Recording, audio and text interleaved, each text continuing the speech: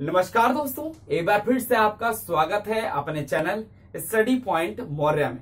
दोस्तों, जैसा आप जानते हैं, मैं आपको जो बुक पढ़ा रहा हूं उसका नाम है आर्थिक सांख्यिकी, और आर्थिक सांख्यिकी का मैं लेसन नंबर 2 करा रहा हूं दोस्तों, जिसका नाम है आंकड़ों का संकलन, जिसको इंग्लिश में दोस्तों कलेक्शन ऑफ डाटा कहते हैं। दोस्तों, डाटा जिसको हम हिंदी में आंकड़े बोलते हैं, वो किसी भी रूप में हो सकते हैं, चाहे वो आपके नाम के लिस्ट में हो, चाहे आपके डेट ऑफ बर्थ हो, चाहे आपका पता हो मतलब कि एड्रेस हो, चाहे आपका स्टूडेंट आईडी हो, मतलब किसी भी रूप में जो भी सूचनाओं को एक जगह इकट्ठा किया जाता है उन्हीं को आंकड़ों का संकलन कहा जाता है। क्लियर दोस्तों? आपके स्कूल में आपका नाम, date of birth, student ID, पापा का नाम, एड्रेस, मम्मी का नाम, ये सब होते हैं एकत्रित। और अगर आप बैंक में जाते हो, आपने कब पैसा जमा किया, कब निकाला, इन सभी चीजों के रिकॉर्ड के ब्यौरे को जो रिकॉर्ड करके रखा जाता है उन्हीं को आंकड़ों का संकलन कहा जाता है, कलेक्शन कहा जाता है, कलेक्शन ऑफ डाटा कहा जाता है। क्लियर साथियों? लेकिन आज की इस वीडियो में हम पढ़ने जा रहे हैं दोस्तों कि भाई जो आंकड़ों का जो प्राथमिक और द्वितीयक स्रोत क्या है, मतलब कि हम आंकड़े को कहां से इकट्ठा कर सकते हैं, उसके प्राथमिक स्रोत क्या है और द्वितीयक स्रोत क्या है। तो आज की वीडियो में हम प्राथमिक स्रोत, द्वितीयक स्रोत और फिर उसके बाद से जो प्राथमिक आंकड़े और द्वितीयक आंकड़े हम समझेंगे। तो दोस्तों, मैं उम्मीद करूंगा कि आप सभी लोग ध्यानपूर्वक समझेंगे कि कलेक्शन ऑफ डाटा में जो सबसे आरंभ में ही जो परिभाषाएं दी गई हैं वो क्या कहती हैं। क्लियर दोस्तों? तो चलते हैं, पहला स्टार्ट करते हैं। पहला लिखा है प्राथमिक स्रोत। स्रोत का मतलब था सोर्स, जरिया, माध्यम, कि हमने कहां से इन आंकड़ों को इकट्ठा किया है। तो प्राथमिक स्रोत क्या होता है दोस्तों?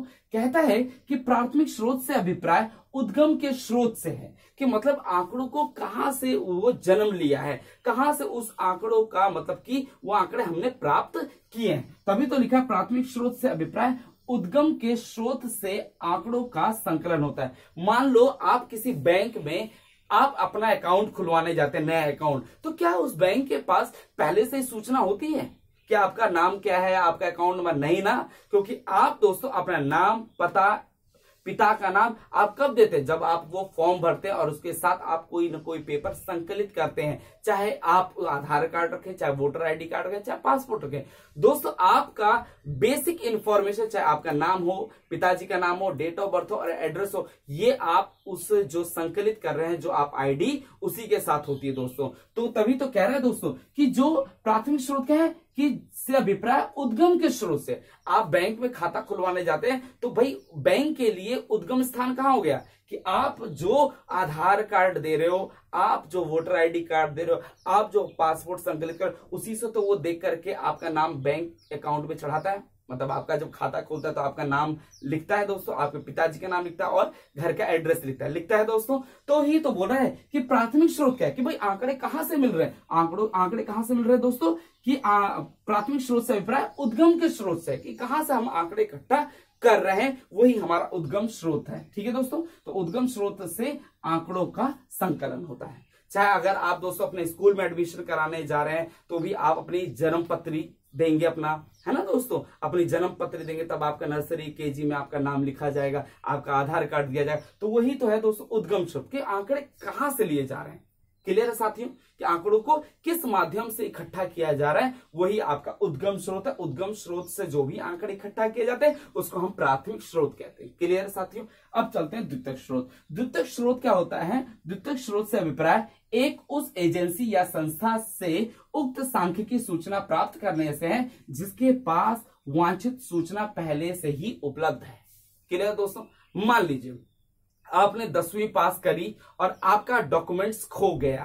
क्लियर दोस्तों? लेकिन ऐसा ना हो, आपका अपना डॉक्यूमेंट्स का जरा ख्याल रखना दोस्तों। मान लो आपका डॉक्यूमेंट्स खो गया और आपको अपना रोल नंबर याद नहीं है।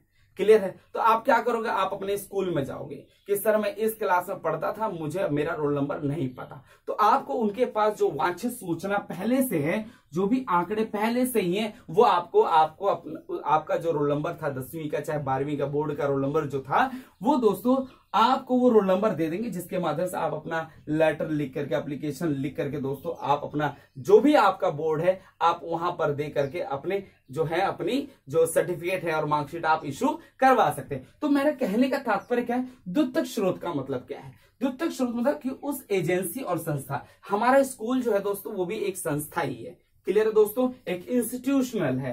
तो कहते हैं द्वितीयक स्रोत से अभिप्राय एक उस एजेंसी या संस्था से उक्त सांख्यिकी मतलब कि कोई भी स्टैटिस्टिक्स, कोई भी आंकड़े इकट्ठा करना चाहते हैं, सूचना प्राप्त करना चाहते हैं, जिनके पास वो सूचना पहले से ही उपलब्ध होती है। अगर मुझे अपना आंकड़ा एकत्रित करने जाना है, भाई मुझे मेरा रोल नंबर नहीं पता, तो मैं किसी संस्था में जा रहा हूं और मुझे वहां से मेरा रोल नंबर पता लग रहा है, मेरी आईडी पता लग रही, तो ये दोस्तों क्या है, द्वितीयक स्रोत।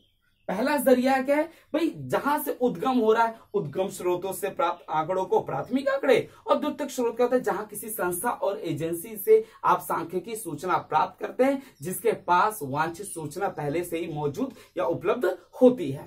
क्लियर है साथियों? ओके, आगे चलते हैं।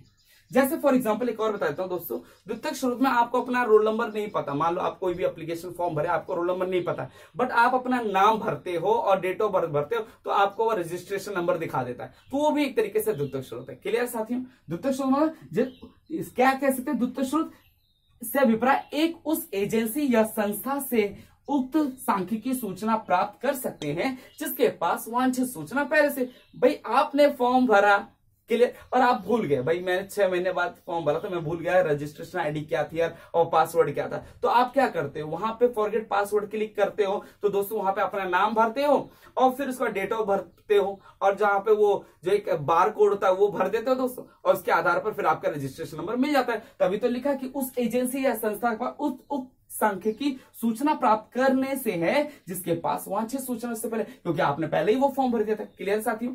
अब चलते हैं अपना तीसरा बोलता है प्राथमिक आंकड़े। दोस्तों स्रोत अलग होता है, आंकड़े अलग होते हैं, याद रखना। स्रोत होता है माध्यम, जरिया, सोर्स। क्लियर? तो दोस्तों सोर्स होता है कहां से आप उन आंकड़ों को इकट्ठा कर रहे हो। द्वितीयक स्रोत भी भाई दूसरे जरिए से कहां से आंकड़े इकट्ठा कर रहे हो। क्लियर है? तो ये दोस्तों स्रोत है, मतलब कि जरिया। क्लियर? अब हम पढ़ेंगे प्राथमिक आंकड़े। प्राथमिक आंकड़े क्या होते हैं? अनुसंधान की प्रक्रिया के अंतर्गत मौलिक रूप से जो आंकड़े एकत्रित किए जाते हैं उन्हें प्राथमिक आंकड़े कहते हैं। यहां क्या लिखा दोस्तों? मौलिक रूप से, मतलब कि ओरिजिनली रूप से, मतलब कि प्राथमिक आंकड़े वो आंकड़े होते हैं जिसमें अनुसंधान की प्रक्रिया के अंतर्गत मौलिक रूप से एकत्रित किए गए आंकड़े को, जो आंकड़े एकत्रित किए जाते हैं उन्हें प्राथमिक आंकड़े कहते हैं। जैसे मान लो जनगणना होती है, सेंसस होती है हर 10 वर्ष, तो आपके घरों पर कोई ना कोई एक व्यक्ति आता है अनुसंधान क्षेत्र से, जो आपको मौलिक रूप से फेस टू फेस आपका पूरी डिटेल लेता है। भाई कितने लोग, कितने घर में कितने मेंबर रहते हैं, घर में बड़े कौन है, उनसे छोटे कौन है, कितने बच्चे हैं, क्या उनकी शादी हुई है क्या नहीं हुई, तो पूरा आंकड़े इकट्ठा करके जाते हैं दोस्तों। वो भी कैसे? मौलिक रूप से। तो इसलिए उसको कहा जाता है प्राथमिक आंकड़े। प्राथमिक आंकड़े हमेशा मौलिक रूप से एकत्रित किए जाते हैं, क्योंकि भैया यहाँ पे मौलिक होने के नाते प्राथमिक आंकड़े हमेशा शुद्ध होते हैं, ओरिजिनल होते हैं। क्लियर है दोस्तों? अब चलते हैं द्वितीयक आंकड़े। द्वितीयक आंकड़े जो आंकड़े दूसरे व्यक्तियों द्वारा, मतलब कि दूसरे व्यक्तियों द्वारा एकत्रित किया जाता है।